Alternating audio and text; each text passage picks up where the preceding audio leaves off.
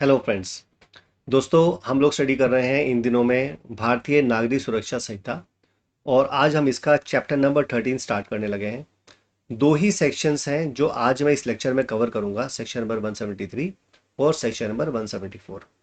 जहां तक section number 173 और 174 का है, ये कॉग्निजेबल ऑफेंसेस या नॉन कॉग्निजेबल ऑफेंसेस के रिलेशन में जो भी इंफॉर्मेशन पुलिस को दी जाती है उनको कैसे रिकॉर्ड करना होता है और उसमें किस तरह से पुलिस इन्वेस्टिगेट करती है, इन सब चीज़ों के बारे में बताया हुआ है।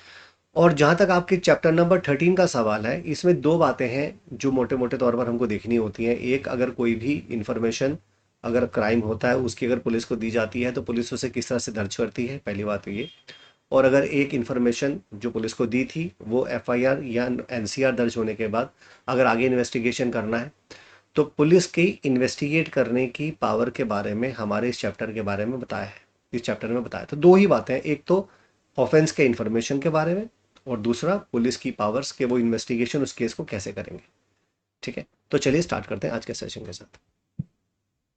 तो ध्यान से देखिए स्क्रीन पर, यहाँ पर हमारे पास सेक्शन नंबर 173 दिया है और 173 में उन्होंने कॉग्निजेबल ऑफेंस के बारे में बात की है। कॉग्निजेबल ऑफेंस का मतलब होता है संज्ञेय अपराध, है ना।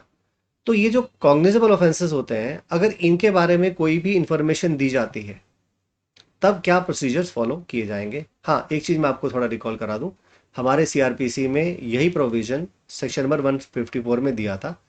अब जो हमारे पास वो कन्वर्ट होकर बन गया है भारतीय नागरिक सुरक्षा संहिता में सेक्शन नंबर 173। तो सब सेक्शन नंबर 1 में देख लेते हैं उन्होंने क्या बात बताई गई है।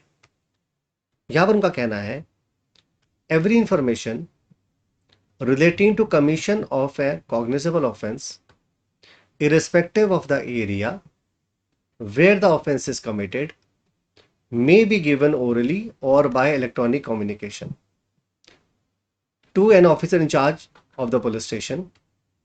तो अगर कोई भी इंफॉर्मेशन कॉग्निजेबल ऑफेंस के बारे में देनी है तो वो आप देंगे किसी भी officer in charge of police station को।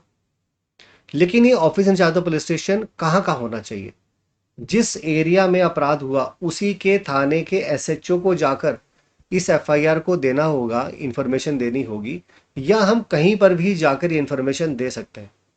इस बात का जवाब हमारे पास यहाँ पर लाइन नंबर 2 में दिया हुआ है। उनका कहना है कि ये जो भी इंफॉर्मेशन दे रहे हैं ये इंफॉर्मेशन आप देंगे irrespective of the area where the offence is committed.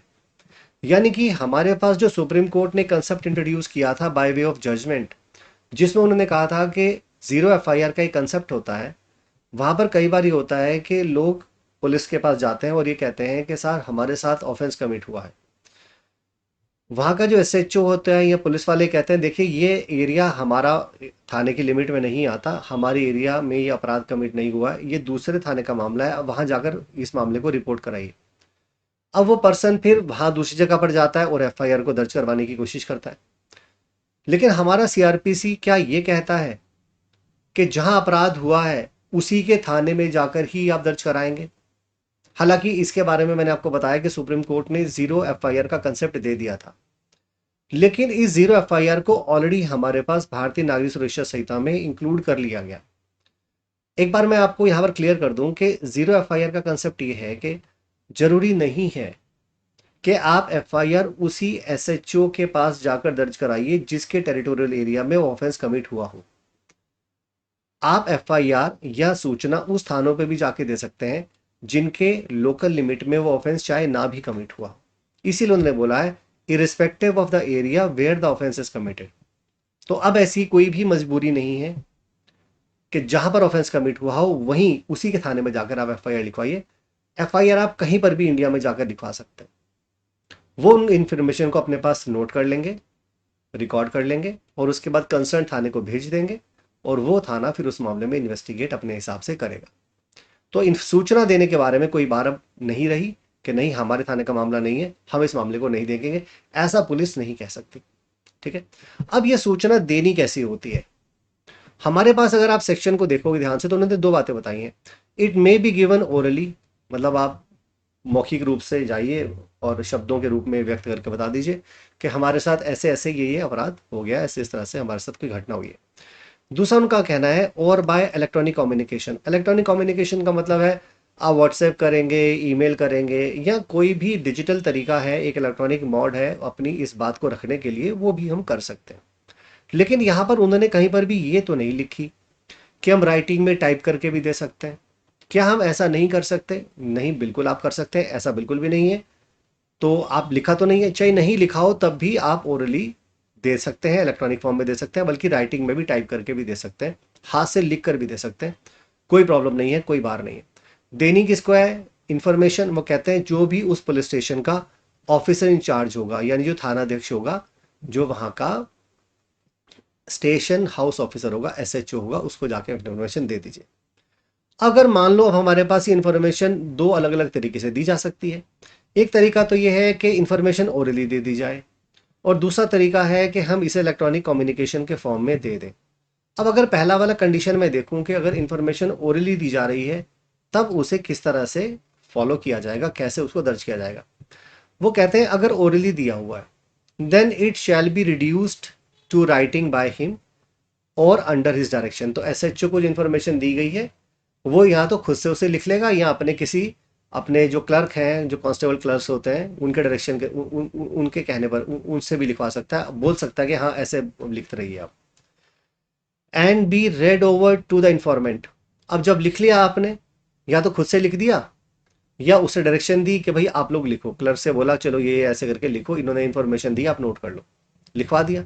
लिखवाने के बाद इन्फॉर्मेंट को पढ़कर सुना देंगे, देखिए आपने इन्फॉर्मेशन हमको दी है, ये ठीक है, यही आपने बोली थी, यही हमने लिख लिया। And every such information whether given in writing or reduced to writing as aforesaid shall be signed by the person giving it। अब ये जो इंफॉर्मेशन उसने ओरली दी हो, राइटिंग में दी हो, या आपने उसको रिड्यूस इनटू राइट कर लिया हो, जैसे ओरली दी फिर उसको रिड्यूस इनटू राइट कर लिया, या अगर राइटिंग में ही लिख कर आ रहा है, पहले से एक एफआईआर लिख कर ले आया, रिटर्न रिपोर्ट लिख कर आ गया उसको, तो उसके सिग्नेचर भी नीचे होने चाहिए।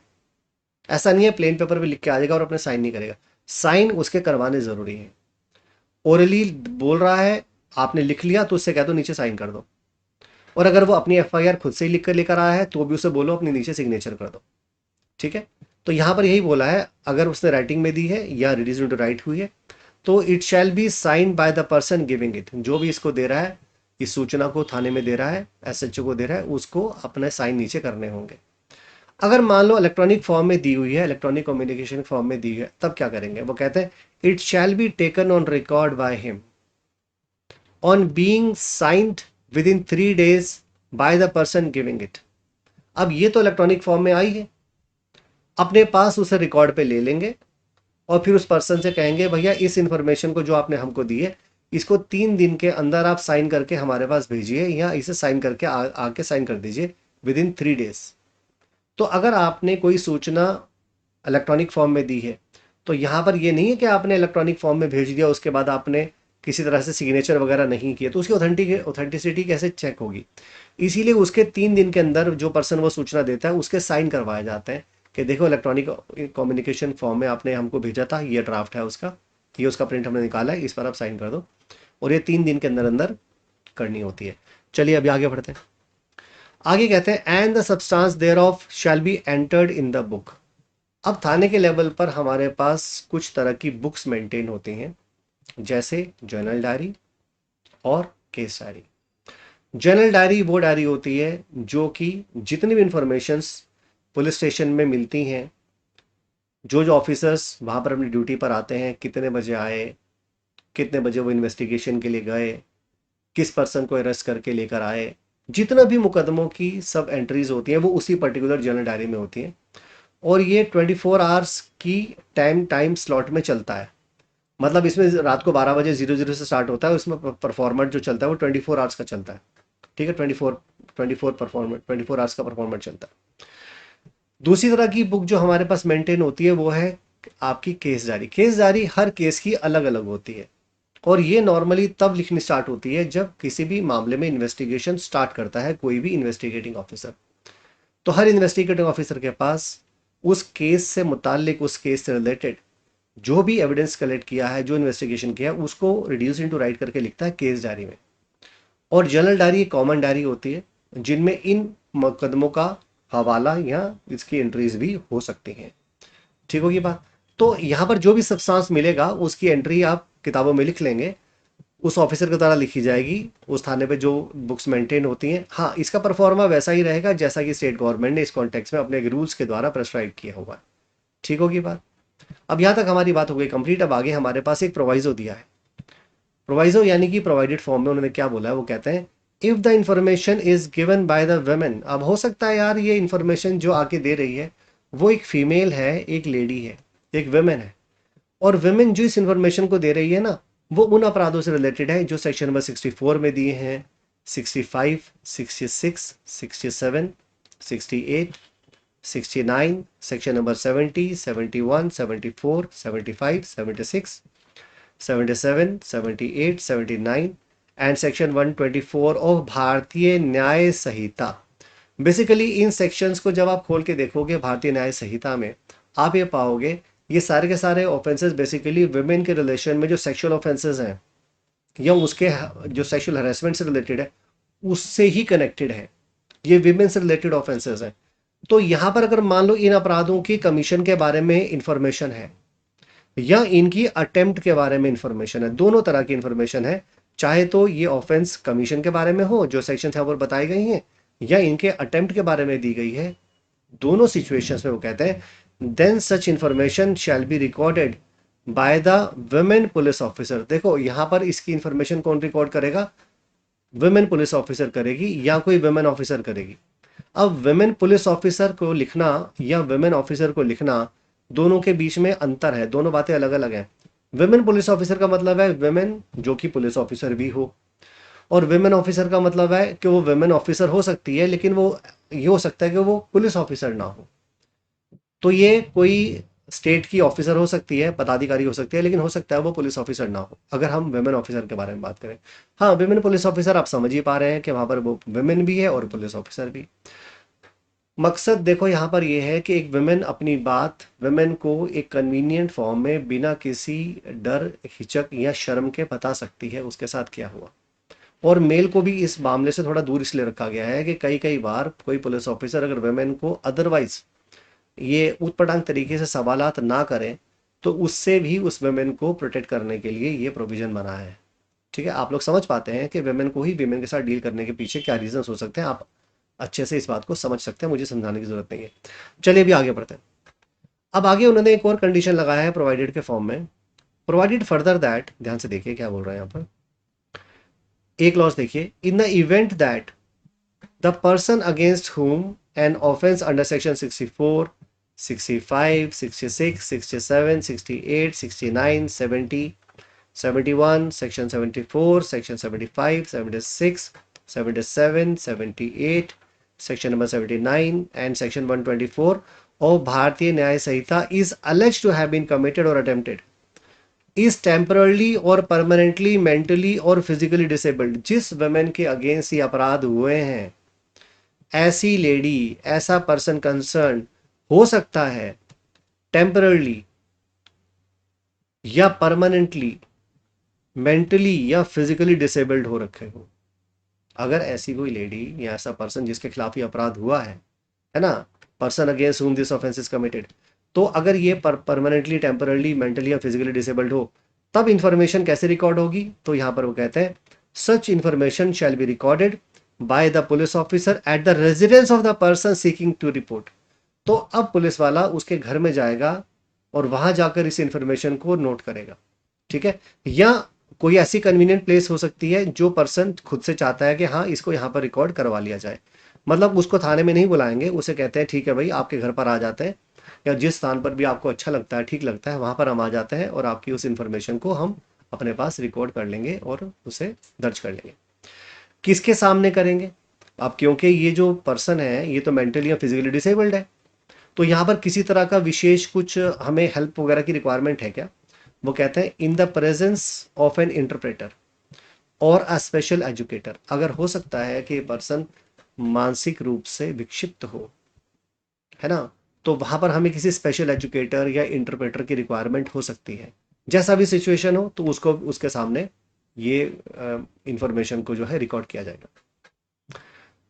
अब ये जो इन्फॉर्मेशन है, इसकी क्या वीडियोग्राफी वगैरह कराने की जरूरत है? वो कहते हैं हाँ, the recording of such information shall be videographed. इसकी वीडियोग्राफी करनी जरूरी है, क्योंकि लिखा है शैल बी वीडियोग्राफ्ड। यहां पर ऐसा नहीं है कि कोई डिस्क्रिप्शन दिया हो, डिस्क्रिप्शन नहीं है, वीडियोग्राफ्ट की जाएगी। आगे कहते हैं the police officer shell get the statement of the person recorded by the magistrate under clause number A of subsection number 6 of section number 183। आप लोगों को याद होगा, पहले हम लोग सीआरपीसी में सेक्शन 164 के बयान को दर्ज करने के बारे में बात करते थे। उसी तरह से यहाँ पर उन्होंने कहा है कि ये जो पर्सन है, इसका स्टेटमेंट मजिस्ट्रेट के सामने भी होगा। सेक्शन नंबर 183 के सबसेक्शन नंबर 6 के क्लॉज नंबर ए में इसका स्टेटमेंट रिकॉर्ड होगा। जितनी जल्दी हो सके उतनी जल्दी, एज सुन एज पॉसिबल, जितनी जल्दी इनका स्टेटमेंट मजिस्ट्रेट के सामने रिकॉर्ड हो सकता है, उतनी जल्दी इनके स्टेटमेंट को मजिस्ट्रेट के सामने रिकॉर्ड करा दिया जाएगा। आगे देखिए क्या कहते हैं। वो कहते हैं सबसेक्शन नंबर 2 में, a copy of the information as recorded under section number subsection number 1 shall be given forthwith free of cost to the informant or the victim। अब आपने इंफॉर्मेशन अपने पास नोट कर ली, दर्ज कर लिया आपने मामला। दर्ज करने के बाद उस कॉपी, उस एफआईआर को जो दर्ज किया आपने पास, उसकी एक कॉपी इंफॉर्मेंट या विक्टिम को फ्री ऑफ कॉस्ट दे दी जाएगी। ये ना हो कि इंफॉर्मेंट या विक्टिम वगैरह ये लोग परेशान हो रहे हैं, इनके पास उस एफआईआर की कॉपी ही ना हो। आपने जो दर्ज किया है उसकी कॉपी उनको फ्री ऑफ कॉस्ट दे दीजिए एज अ एसएचओ या पुलिस स्टेशन ऑफिसर। आगे कहते हैं सबसेक्शन नंबर 3 में, without prejudice to the provisions contained in section number 175। यानी कि हमारे पास सेक्शन नंबर 175 में जो भी प्रोविजंस दिए हैं उन पर कोई भी प्रतिकूल प्रभाव डाले बगैर ही, अगर ये इंफॉर्मेशन, वो कहते हैं जो भी इंफॉर्मेशन मिल रही है, इससे अगर कोई भी ये लगता है कि कोई कॉग्निजेबल ऑफेंस कमिट हो रहा है और उसमें जो अपराध बन रहा है, अगर लग रहा है कि ये 3 साल से तो ऊपर है लेकिन 7 साल से कम है, याद रखिए ये जो कॉग्निजेबल ऑफेंस बन रहा है, ठीक है, ये 3 ईयर से तो ऊपर का है लेकिन 7 ईयर से कम का है। वो कहते हैं तब क्या होगा? वो कहते हैं तब उस केस में the officer in charge of police station में with the prior permission from the officer not below the rank of the deputy superintendent of police. तो जो सर्कल ऑफिसर होते हैं, जो डीवाईएसपी हम जिनको बोलते हैं, उनकी परमिशन के बाद और ग्रेविटी और उस पर्टिकुलर केस अपराध की नेचर को देखते हुए वो क्या कर सकते हैं? वो कहते हैं इस मामले में एक, अगर वो चाहे तो उनसे परमिशन लेकर, डीवाईएसपी से परमिशन लेकर एक प्रिलिमिनरी इंक्वायरी कंडक्ट कर सकता है, ये देखने के लिए कि क्या प्राइमा फेसाई मामला बनता है, कि इस मामले में हमें आगे प्रोसीड करा जा सकता है कि नहीं करा जा सकता। लेकिन ये प्रिलिमिनरी इंक्वायरी हमें कितने पीरियड में करनी होती है? वो कहते हैं 14 दिनों के अंदर अंदर कर लेनी होती है। तो यहां पर अगर पुलिस ऑफिसर चाहे तो डीवाईएसपी की परमिशन के साथ एक प्रिलिमिनरी इंक्वायरी भी कंडक्ट कर सकते हैं, प्राइमा फेसाई ये जानने के लिए कि इस मामले में कुछ मामला प्राइमा फेसाई बनता है कि नहीं बनता। लेकिन हाँ, ये प्रिलिमिनरी इंक्वायरी आपको 14 डेज के अंदर, 14 दिनों के अंदर अंदर कर लेनी होगी। ठीक होगी बात? चलिए आगे आगे आते हैं। वो कहते हैं proceed with investigation when there exist a prima facie case. अगर तो प्राइमा फेसाई केस नहीं बनता तो हमें प्रिलिमिनरी इंक्वायरी करने की जरूरत है। लेकिन अगर प्राइमा फेसाई केस नजर आ रहा है, एफआईआर से ही नजर आ रहा है कि यार मामला तो बनता है, तो फिर किसी भी प्रिलिमिनरी इंक्वायरी को करने की जरूरत नहीं होती है। आप चुपचाप मामले को आगे प्रोसीड करो, इन्वेस्टिगेशन को चालू कर लो, अब कोई दिक्कत नहीं है। ठीक है, चलो आगे आते हैं सबसेक्शन नंबर 4 पर, और उन्होंने यहां पर क्या बोला है जरा देख लेते हैं। वो कहते हैं any person aggrieved by the refusal on the part of the officer in charge of the police station to record the information which is referred to in subsection number 1। देखो ऐसा है, हमेशा ये जरूरी नहीं है कि इंफॉर्मेंट एसएचओ के पास जाए, जो officer in charge of police station है उसके पास जाए और अपनी एफआईआर लिख कर दे या बोल कर दे या इलेक्ट्रॉनिक फॉर्म में दे और वो उसको रिकॉर्ड कर ही ले। इस बात की संभावना भी हो सकती है कि वो उस एफआईआर को दर्ज ही ना करे, जैसे कि अक्सर मामलों में होता है। तुम लोग देखते हो कि बहुत सारे मामलों में पुलिस एफआईआर दर्ज ही नहीं करती। कई बार तो आप फिर जाके एसएसपी को मिलते हो, कमिश्नर को मिलते हो, बल्कि 153 भी आप कोर्ट में जाके लगाते हो। इवन कई कई बार तो हाई कोर्ट में भी पहुंच जाते हो कि सर एफआईआर दर्ज करने के लिए, इन्वेस्टिगेशन के लिए जो है ऑर्डर पास किया जाए। तो अगर कोई person officer in charge of police station के द्वारा रिफ्यूज कर दिया जाता है कि हम तुम्हारी एफआईआर को दर्ज नहीं करेंगे, तुम्हारी इंफॉर्मेशन को रिकॉर्ड नहीं करेंगे, तो ये क्या कर सकता है? वो कहता है he may send the substance of such information in writing and by post to the SP concerned who if satisfied that the information resources the commission of the cognizable offense। तो अगर कोई पर्सन एग्रीव्ड है तो उसे क्या करना चाहिए, उसको इमीडिएटली एक राइटिंग में इंफॉर्मेशन को, बल्कि वो बाय पोस्ट भेज दिया जाना चाहिए। यहाँ तो हालांकि हमने बाय पोस्ट लिखा है, आप रजिस्टर्ड पोस्ट से भेज सकते हैं, आप स्पीड पोस्ट से भेज सकते हैं। किसको भेजनी है इन्फॉर्मेशन, एसपी को भेजनी है। कौन से एसपी को, आपका जो कंसर्न थाने का जो मामले का जो एसपी होगा उसको भेज दीजिए। उसमें बता दीजिए कि आपके साथ क्या क्या मामला हुआ, क्या क्या अपराध हुआ। अगर उनको लगता है कि हाँ जो इन्फॉर्मेशन बताई जा रही है इनके आधार पर कोई कॉग्निजेबल ऑफेंस बनता है, तो उस केस को या तो वो एसपी खुद से इन्वेस्टिगेट कर सकते हैं, जो कि नॉर्मली वो नहीं करते। और दूसरा उनके पास ऑप्शन ही होता है कि वो डायरेक्शन दे सकते हैं अपने किसी भी सबऑर्डिनेट पुलिस ऑफिसर को कि आप इस मामले में इन्वेस्टिगेशन कीजिए। ठीक है, जैसा भी तरीका बताया गया। अगर मान लो ये पुलिस ऑफिसर, मान लो हमारे पास एसपी है और ये, या जिस पुलिस ऑफिसर को ये डायरेक्ट किया गया कि आप इसमें इन्वेस्टिगेट करो, तो क्या इनके पास एसएचओ यानी पुलिस स्टेशन का जो ऑफिसर इंचार्ज होता है उसकी पावर आ जाएगी? वो कहते हैं हाँ बिल्कुल इसके पास आ जाएगी। In relation to the offence falling which such aggrieved person may make an application to the magistrate. और मान लो अगर इसने भी, एसपी ने भी अगर एफआईआर दर्ज नहीं कराई या खुद से डायरेक्शन नहीं दी कि आप इन्वेस्टिगेट करो किसी को, या खुद से इन्वेस्टिगेशन करना, तो वो नहीं कराई उन्हें। अब ये पर्सन थाने में गया, नहीं सुना, एसपी को लेटर लिखा, उन्होंने भी कुछ नहीं करा। अब क्या ऑप्शन है? वो कहते हैं अब ये एग्रीड पर्सन जो है ही में make an application to the magistrate. अब ये मजिस्ट्रेट के पास जा सकता है, अपनी एप्लीकेशन लगा सकता है कि साहब हम एग्रीड हो गए और हमारी कोई सुनवाई नहीं हो रही। चलिए आगे आते हैं। अब हमारे पास जो कुछ भी हमने यहाँ पढ़ा है सेक्शन नंबर 173 में, इससे रिलेटेड कुछ बहुत इंपॉर्टेंट केस लॉज हैं जिनके बेसिस पर कोई प्रॉब्लम बेस्ड क्वेश्चंस बन सकते हैं, कोई सिचुएशन बेस्ड क्वेश्चंस बन सकते हैं, जजमेंट्स के फॉर्म में इस तरह का कुछ सवाल पूछा जा सकता है, मेंस में, प्री में भी पूछ सकते हैं। बड़ा इंपॉर्टेंट है। मतलब मेरे कहने का मतलब यह है, अब हम कुछ इसमें एप्लीकेबिलिटी देखेंगे जजमेंट्स के फॉर्म में। अब जो पोर्शन में बताने वाला हूँ बड़ा ध्यान से देखना, बड़ा काम आएगा फ्यूचर में आपको। यहाँ पर हमने केस लॉज को कुछ क्वेश्चंस के फॉर्म में फ्रेम आउट कर रखा है, जैसे कि क्या एफआईआर का रजिस्ट्रेशन करना अनिवार्य है, मैंडेटरी है, या पुलिस ऑफिसर के पास अपनी मर्जी है, मैं करना चाहता हूँ करूँ, नहीं करना चाहता हूँ ना करूँ, क्या ऐसा कर सकता हूँ?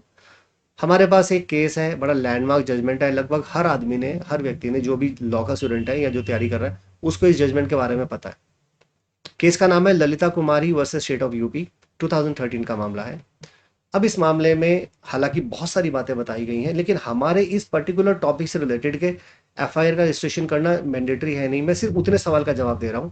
हालांकि हमारे पास ललिता कुमारी वाले केस में बड़ी सारी बातें और भी बताई गई हैं। अब यहां पर वो कहते हैं registration of FIR is mandatory under section 154। अब आप कहेंगे सर 154 थोड़ी पढ़ रहे हैं।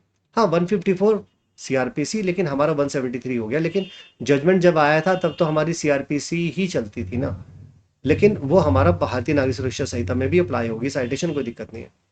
तो रजिस्ट्रेशन जो है एफआईआर का करवाना मैंडेटरी है, मर्जी नहीं है उसकी थाने की। If the information discloses the commission of cognizable offence. हाँ, शर्त यह है कि जो अपराध हुआ है वो एक कॉग्निजेबल ऑफेंस होना चाहिए, संज्ञेय अपराध होना चाहिए। And no preliminary inquiry needed in such situation. क्या उस मामले में पुलिस ऑफिसर ये कहे कि नहीं नहीं मैं तो पहले प्रिलिमिनरी इंक्वायरी करूंगा, मुझे प्रिलिमिनरी इंक्वायरी में कुछ लगेगा तब मैं आगे वो करूंगा? वो कहते हैं नहीं, किसी प्रिलिमिनरी इंक्वायरी की जरूरत नहीं होती है। आपके पास सूचना आई है, भैया इसको उठा के दर्ज करो, और आपके लिए ये आबद्ध है, आपके लिए मैंडेट है। However in certain type of cases preliminary inquiry can be conducted before the registration of the FIR. लेकिन उन्होंने इस जजमेंट में कुछ पर्टिकुलर टाइप ऑफ केसेस बताए हैं और उन्होंने कहा है कि यहां पर हमारे पास कुछ मैटर्स है, यहां पर हम एग्जम्प्ट कर सकते हैं डायरेक्टली एफआईआर को दर्ज करना। हम यहाँ पर प्रिलिमिनरी इंक्वायरी पहले करेंगे, या करना चाहते हैं तो कर सकते हैं। जैसे कि मैट्रिमोनियल मामले हैं, मतलब पति पत्नी को लेकर, परिवार को लेकर कुछ झगड़े का मामला है, भाइयों का मामला है, परिवार का मामला है, पति पत्नी का मामला है ना, उनके अगर मुकदमे हैं तो भाई एक प्रिलिमिनरी इंक्वायरी पहले कर लेनी चाहिए। दूसरा, अगर कोई कमर्शियल अपराध है उनके बारे में प्रिलिमिनरी इंक्वायरी कर सकते हैं। मेडिकल नेग्लिजेंस के मामले हैं, प्रिलिमिनरी इंक्वायरी कर सकते हैं। करप्शन के मामले में है, प्रिलिमिनरी इंक्वायरी कर सकते हैं।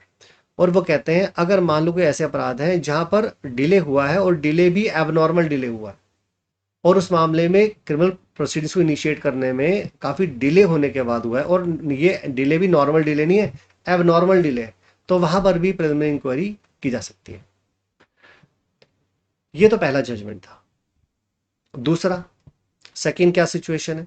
सेकंड सिचुएशन हमारे पास ये है, whether a police officer can deny to launch an FIR, क्या वो मना कर सकता है कि मैं तो एफआईआर दर्ज नहीं करना चाहता? वो कहता है, इसी के संबंध में एक और केस है हमारे पास, ये है XYZ versus state of Maharashtra 2022। यहाँ पर सुप्रीम कोर्ट ने कहा ये पुलिस ऑफिसर के लिए ओपन नहीं है कि वो एफआईआर को दर्ज करने से मना कर सके।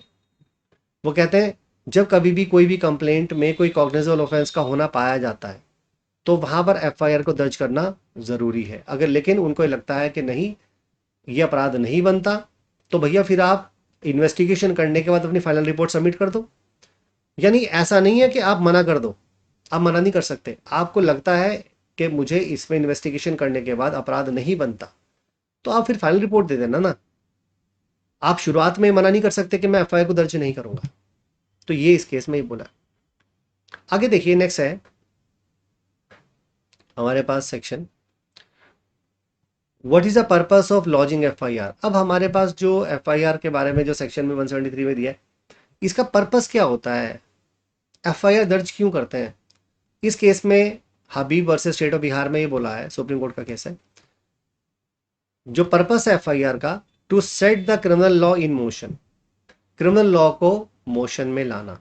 मतलब जो हमारा कानूनी प्रक्रिया है उसको मोशन में लेकर आना, ताकि उसमें वो लोग अपना इन्वेस्टिगेशन करना है या जो कार्रवाई करनी है वो उचित कार्रवाई करें।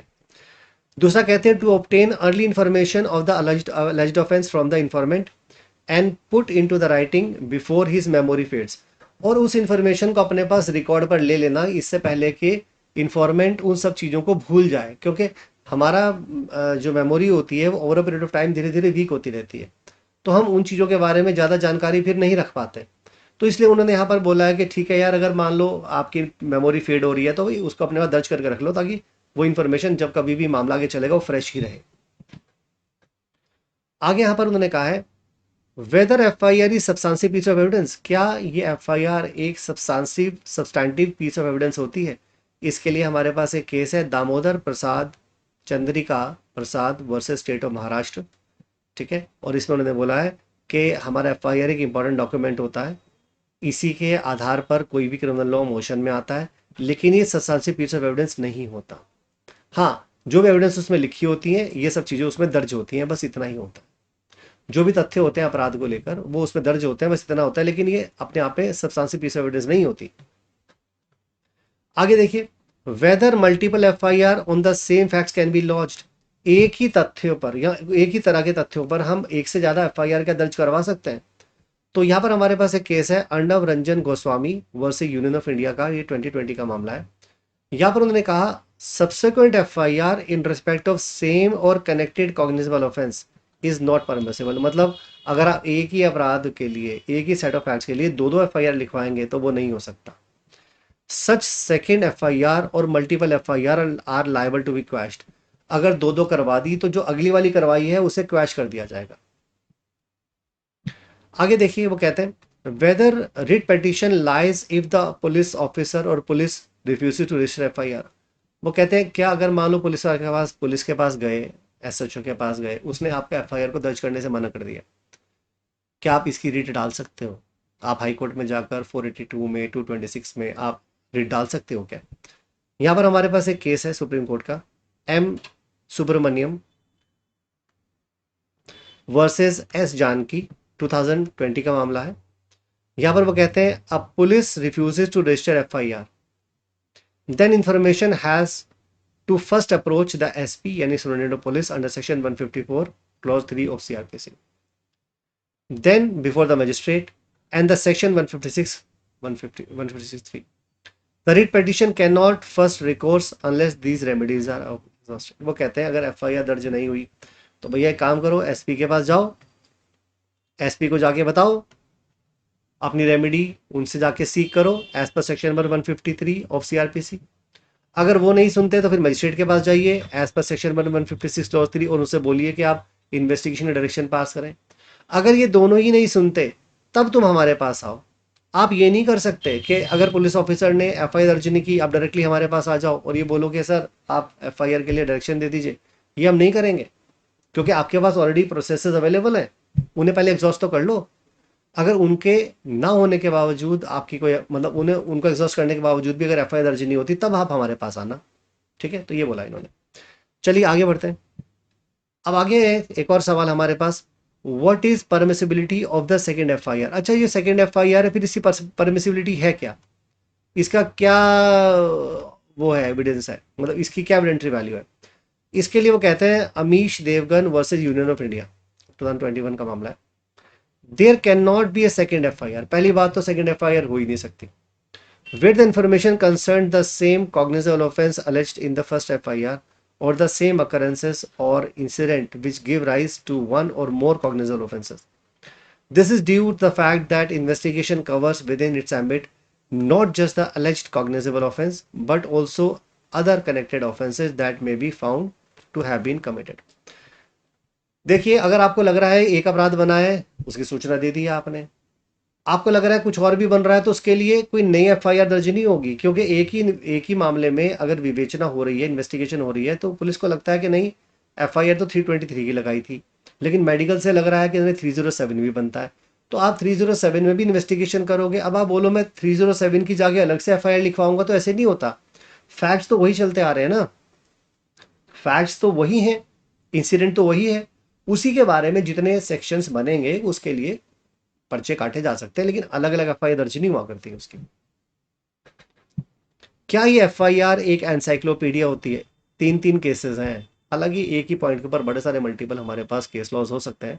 ये तीनों की तीनों ही सुप्रीम कोर्ट के आप देख सकते हैं। पहला केस है state of MP versus Chhakki Lal, दूसरा Satpal versus state of Haryana, और तीसरा Latesh versus state of Maharashtra. और तीनों में ही उनका उनका कहना है कि एफआईआर कोई भी एनसाइक्लोपीडिया नहीं होती, उसमें आप ये सोचिए हर सेकंड हर मिनट की डिटेल अकरेंस मेंशनड हो, ऐसा जरूरी नहीं है। मेन मकसद होता है लॉ को मोशन में लेकर आना और प्राइम फेसाई जो जो मैटर है उनके बारे में जानकारी दे देना। चलिए नेक्स्ट आते हैं, what is the effect of non mentioning of names of accused or witness in FIR. अगर एफआईआर में अभियुक्तों के नाम नहीं आए, एक्यूज के नाम मेंशन नहीं कर पाए, गवाहों के नाम नहीं आ पाए, तो क्या होगा, क्या क्या कॉन्सिक्वेंसेस होंगे।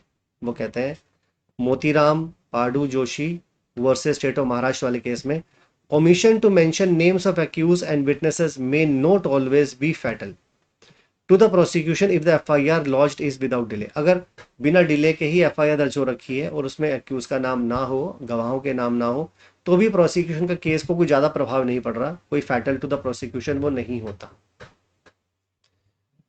तो हमने सेक्शन नंबर 173 डिटेल में पढ़ा, उससे रिलेटेड हमने केस लॉस भी काफ़ी सारे गो थ्रू किए, अलग अलग एंगल्स के साथ देखा। अब आगे आते हैं सेक्शन नंबर 174 पर। सेक्शन नंबर 174 बेसिकली उन इंफॉर्मेशन के बारे में बात करता है जहां पर अपराध अपराध जो है, जो ऑफेंसेस है, वो नॉन कॉग्निजेबल केसेस के हैं, नॉन कॉग्निजेबल ऑफेंसेस है। तो अगर कोई भी इंफॉर्मेशन नॉन कॉग्निजेबल ऑफेंसेस के बारे में दी जाती है या उसमें कोई इन्वेस्टिगेशन करने के बारे में प्रोविजन दिया है, तो वहां पर क्या क्या चीजें बताई गई हैं। पहली बात तो ये, मैं आपको याद दिला दूं कि हमारे पास जो पुराना प्रोविजन था सीआरपीसी का, वो था सेक्शन नंबर 155, जो कि बन गया है हमारे पास सेक्शन नंबर 174। तो चलिए सेक्शन नंबर 174 को देख लेते हैं। ध्यान से देखिए, subsection number 1, when information is given to officer in charge of the police station of the commission within the limit of such station of non cognizable offence. अब देखो, यहां पर एक बड़ी इंपॉर्टेंट बात है, हम लोगों ने यहां पर ध्यान से देखो, सबसे पहला वाला जो अगर मैं स्लाइड दिखाऊंगा आपको, तो यहां पर उन्होंने ये बोला था, रुके, यहां पर ध्यान से देखिए, मैं इसे कलर चेंज करके दिखा देता हूं आप लोगों को, ताकि आप लोगों को पता चल जाए बेसिकली। एक सेकेंड, कलर चेंज करके दिखा देता हूं इसको मैं, कौन सा कर दूं, मैं ग्रीन कर देता हूं, डार्क ग्रीन, ठीक है। यहां पर लिखा था irrespective of the area where the offence is committed. हमने लास्ट टाइम तो पहले ये बताया था, लेकिन ये किसके मामले में था, ये कॉग्निजेबल ऑफेंस के रिलेशन में था। अगर मैं अब ये तो कॉग्निजेबल ऑफेंस के बारे में तो हमें एरिया नहीं देखना होता कि कौन से एरिया में अपराध हुआ, लेकिन क्या सेम चीज हमारे पास नॉन कॉग्निजेबल केसेस के बारे में भी है। वो कहते हैं नहीं, हमारे पास अगर हम यहां ध्यान से देखोगे तो यहां पर क्या है, मैं इसको थोड़ा चेंज कर लेता हूं। हाँ, यहां पर वो कहते हैं when information is given to an offense inside the police station within the limit of such station. अब यहां पर यह है कि उसकी लिमिट के स्टेशन, उसके स्टेशन की लिमिट में ही होना चाहिए। यहां पर जिस सूचना के बारे में बात की गई है वो अपराध उसकी अपनी लिमिट में ही होना चाहिए। कैसा अपराध होना चाहिए? नॉन कॉग्निजेबल ऑफेंस होना चाहिए। तो यहां वो कहते हैं he shall enter or cause to be enter the substance of the information in the book, और ये वहां के एसएचओ उस इंफॉर्मेशन को अपनी किताबों में दर्ज कर लेगा जैसा भी गवर्नमेंट ने रूल्स बनाकर इस मामले में बनाया है, बताया है। ठीक है, और क्या करेगा फिर उस पर्सन को, जो इन्फॉर्मेंट है, उसको रेफर कर देगा कि भैया अब आप एक काम करो, आप चले जाओ मजिस्ट्रेट के पास, क्योंकि हम तो इस मामले में इन्वेस्टिगेट करेंगे नहीं, हमारे पास पावर नहीं है। आपने सूचना दी थी, हमने अपने पास दर्ज कर ली, हम गिरफ्तार भी नहीं कर सकते, हम इन्वेस्टिगेट भी नहीं कर सकते, इसलिए उसको रेफर कर देंगे मजिस्ट्रेट के पास। इसके अलावा कुछ और भी करना होता है उनको? कहते हैं हाँ करना होता है। वो कहते हैं दूसरा, forward the daily report. Daily report, ये डेली डेरी लिखा हुआ है, ये डेली रिपोर्ट है, इसको मैं इसे हटा देता हूं। तो ये फॉरवर्ड करेंगे उनको डेली रिपोर्ट जो भी हैं उनकी। ठीक है, of all such cases fortnightly, मतलब रोज की जो डिटेल है वो हर 15-15 दिनों के बाद मजिस्ट्रेट के पास भेजते रहेंगे। जैसे आज मुकदमे आए, आपने लिस्ट बना ली, अगले दिन का आया, लिस्ट बना ली, 15 दिनों में एक रिपोर्ट बना के दे दी कि साहब ये हमारे पास नॉन कॉग्निजेबल रिपोर्ट्स जो थी ये इतने दिनों में, 15 दिनों में ये आए हैं, ये सारे मामले। अब मजिस्ट्रेट को जो करना करें अपने आप, तो पुलिस तो खुद से इन्वेस्टिगेट कर नहीं सकती। आगे कहते हैं सेक्शन नंबर 174 के सबसेक्शन नंबर 2 में क्या बोला उन्होंने? वो कहते हैं no police officer shall investigate in a non cognizable case. कोई भी पुलिस ऑफिसर इन मामलों को इन्वेस्टिगेट नहीं करेगा। क्या कर ही नहीं सकता कि मजिस्ट्रेट की परमिशन से कर सकता है? वो कहते हैं अपने आप से तो नहीं कर सकता, लेकिन हाँ अगर मजिस्ट्रेट की परमिशन ले ले तो कर सकता है। लेकिन कौन से मजिस्ट्रेट की परमिशन लेनी है? वो कहते हैं उस मजिस्ट्रेट की परमिशन लेनी है जिसके पास उस केस को ट्राई करने का पावर, जिस मजिस्ट्रेट के पास उस मैटर को कमिट करके सेशंस के पास भेजने का पावर हो। तो यहां पर दो तरह की पावर देखनी है, या तो वो मजिस्ट्रेट एम्पावर्ड हो उस केस को ट्राई करने के लिए, और या फिर अगर वो ट्राई नहीं कर सकता तो फिर वो कमिट करके उस ट्रायल को उसके पास भेज सकता हो। किसके पास? कोर्ट ऑफ सेशंस के पास। यानी कि यहां पर हम जो रिमांड मजिस्ट्रेट्स होते हैं, जो खाली रिमांड देते हैं, उनसे हमने ये परमिशन नहीं लेनी है इन्वेस्टिगेशन करने के लिए। हमें उन्हीं से लेनी है जिनके पास या तो इस मैटर को ट्राई करने का जुरिडिक्शन है, या फिर वो कमिट करके कोर्ट ऑफ सेशंस के पास भेज सकते हैं। आगे देखिए सेक्शन नंबर 174(3) में क्या बोलते हैं? Any police officer receiving such order may exercise the same power. अब मान लो ये पुलिस ऑफिसर ने क्या किया, परमिशन ले ली या उसे परमिशन मिल गई, तो अब वो क्या कर सकता है? क्या वो इन्वेस्टिगेट कर सकता है? वो कहते हैं हाँ। अब वो कहता है वैसे इन्वेस्टिगेट करेगा जैसे कि किसी भी कॉग्निजेबल ऑफेंस में वो पर्सन मामले में इन्वेस्टिगेट करता था। लेकिन कॉग्निजेबल ऑफेंस में तो गिरफ्तारी भी की जा सकती है, अरेस्ट भी करा जा सकता है। तो क्या यहाँ पर नॉन कॉग्निजेबल ऑफेंस में भी बिना परमिशन ऑफ द मजिस्ट्रेट गिरफ्तारी की जा सकती है, अरेस्ट कर सकते हैं? वो कहते हैं नहीं, यहाँ पर लिखा है except the power to arrest without warrant. उसके पास बिना वारंट के अरेस्ट करने की पावर नहीं होगी, लेकिन इन्वेस्टिगेशन सारी कर सकेगा अगर मजिस्ट्रेट से उसे ऑर्डर्स मिल गए कि तुम इसमें इन्वेस्टिगेशन कर लो। नेक्स्ट हमारे पास सेक्शन नंबर 174 सबसेक्शन नंबर 4। यहाँ पर वो कहते हैं where the case relates to 2 or more offences. मान लो एक इंफॉर्मेशन दर्ज हुई, एनसीआर दर्ज हुई, उसमें 2 या 2 से ज्यादा ऑफेंसेस हैं, और उनमें से एक अपराध जो ऐसा है वो कॉग्निजेबल है। मान लो 5 ऑफेंस बन रहे हैं, उनमें से एक जो है उसकी नेचर कॉग्निजेबल है, बाकी सारी की सारी नॉन कॉग्निजेबल है। अब क्या करें? वो कहते हैं the case shall be deemed to be cognizable case. वहां पर हमें मान के चलेंगे कि जो अपराध है ये पूरा का पूरा ऑफेंस ही कॉग्निजेबल ऑफेंस है, notwithstanding the other offences are non cognizable. अब चाहे बाकी हमारे जितने भी ऑफेंसेज है वो नॉन कॉग्निजेबल ही क्यों ना हो, हम इस पूरे के पूरे मैटर को कॉग्निजेबल ही मानेंगे। ठीक है, तो ये बात उन्होंने सेक्शन नंबर 174 के सब सेक्शन नंबर 4 में प्रोवाइड की है। तो ठीक है, हालांकि हमारे पास और बाकी भी सेक्शंस हैं, हालांकि स्लाइड में हमारे पास मौजूद है, लेकिन अभी मैं उनको अगर यहाँ पर उनको बताऊंगा तो ये सेशन हमारा बहुत बड़ा हो जाएगा, इवन 1-1.5 घंटे से भी ऊपर चले जाएगा। तो ये ध्यान रखते हुए कि सेशन इतना हो कि आप एक स्ट्रेच में आराम से देख सके, कंफर्टेबली उसको स्टडी कर सकें। तो फिलहाल के लिए आज 2 ही सेक्शन को हमने कवर किया है, बाकी के प्रोविजंस को अपने नेक्स्ट सेशन में हम लोग नेक्स्ट लेक्चर में कवर कर लेंगे। तो फिलहाल मुझे इजाजत दीजिए। Thank you so much. जय हिंद। वंदे मातरम।